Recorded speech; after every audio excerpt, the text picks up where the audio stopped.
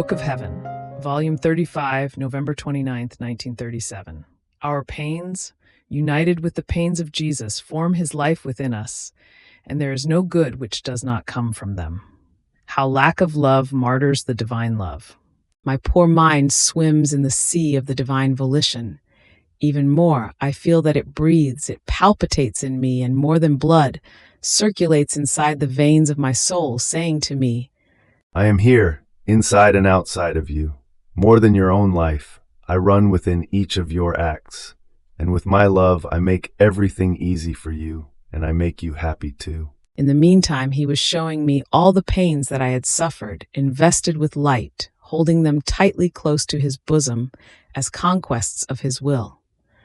I remained concerned, and my always lovable Jesus, visiting me, told me, My little daughter of my divine will, you must know that all the pains which my most holy humanity suffered on earth, each tear I shed, every drop of my blood, each step and motion, and even my breath, were and are invested by one single voice, with which they speak and cry out continuously.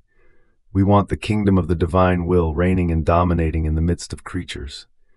We want our divine rights to be placed in force. And they pray, speak, and moan around our supreme throne without ever ceasing, that the will of heaven and of the earth may be one. Now whoever unites with my pains, with my heartbeats, breaths, steps, and works, prays, speaks, and moans together with all that I did and suffered upon earth. There is no good which does not arise from my pains, and united with those of the creature, mine form the depository, the hosts, in order to receive her pains, forming one single prayer together, one single voice, one single will.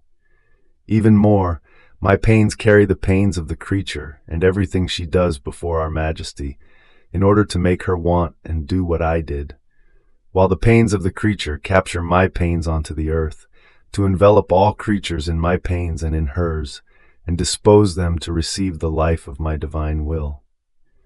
The union with me, of her pains with my pains, produces the great prodigy of my life in the creature, who comes to operate, speak, and suffer as if I were again living on earth, and I animate the whole of her being with the power of my acts.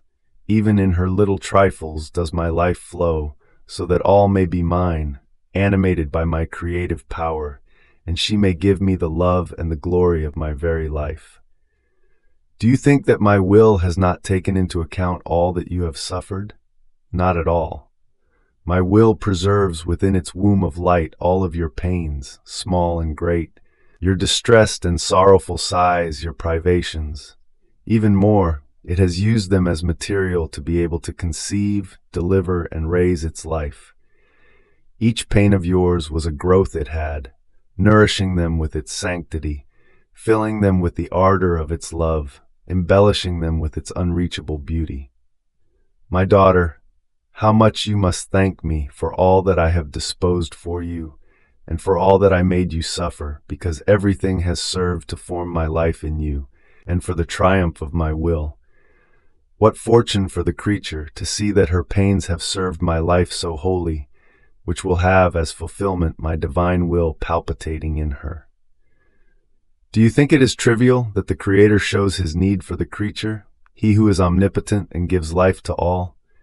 Is this not the greatest excess of our love? Jesus remained silent, and I remained there thinking of what he had just told me, and I saw all my pains lined up within me, spreading rays of light, being transformed into the pains of Jesus, forming the divine support and the defense of creatures, and forming constant voices and moans that were asking for the divine will to come to reign. Then he continued, My good daughter, our love is so great that everywhere and in every place, even upon the littlest blade of grass, in the air that the creature breathes, in the water she drinks, even underneath her steps as she treads the ground, we send our voices, our passionate cry of love. I love you, I love you, I love you. But our love gives itself no peace if it does not feel listened to by the creature and does not hear her repeat, I love you, I love you. And in our delirium of love and sorrow we say, Oh, Is nobody listening to us? Oh, no one repeats for us, I love you, I love you. Why then say I love you, if no one returns it to us? To whom are we saying I love you? To the air, to the wind, to the empty space. Our I love you finds no one to whom to go, no place on which to lean, if it does not find the I love you of the creature who receives it in order to requite it with her own, so that her love may find refuge inside our immense love, to lean on it and be expanded more and more. When the creature listens to our I love you and requites it, in our emphasis of love, and as though appeased by her love, we say, indeed we have been heard. Our love has found someone to whom to go, a place in which to take refuge. We have been recognized because we have found one who says I love you. Then our love makes feast.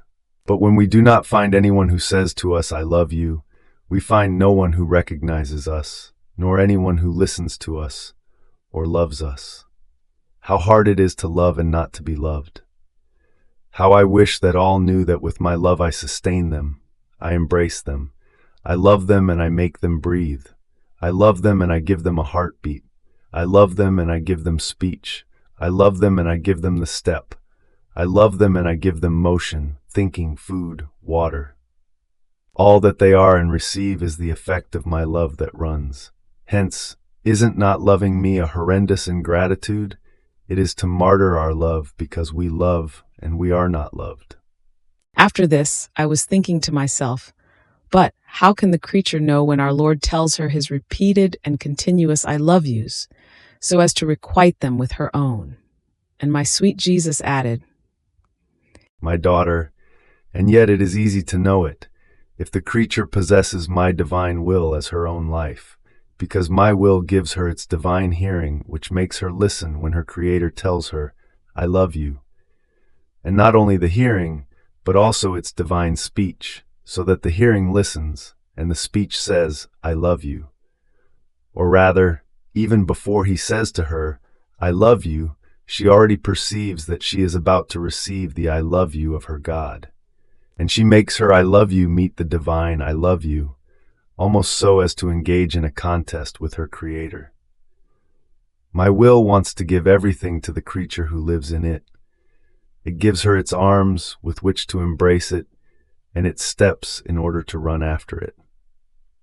Just as we feel our divine nature to be all love and the need to love, so much so that if it were possible to prevent us from loving, we would suffocate the breath of our divine life as though being choked.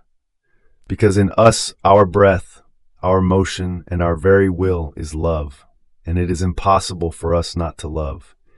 In the same way, one who possesses our will feels the need to love us and to love us always. Therefore, my will alone can put order between the Creator and the creature, keeping her constantly aware of our love, of our sanctity, and placing her in communication with our Supreme Being. Fiat.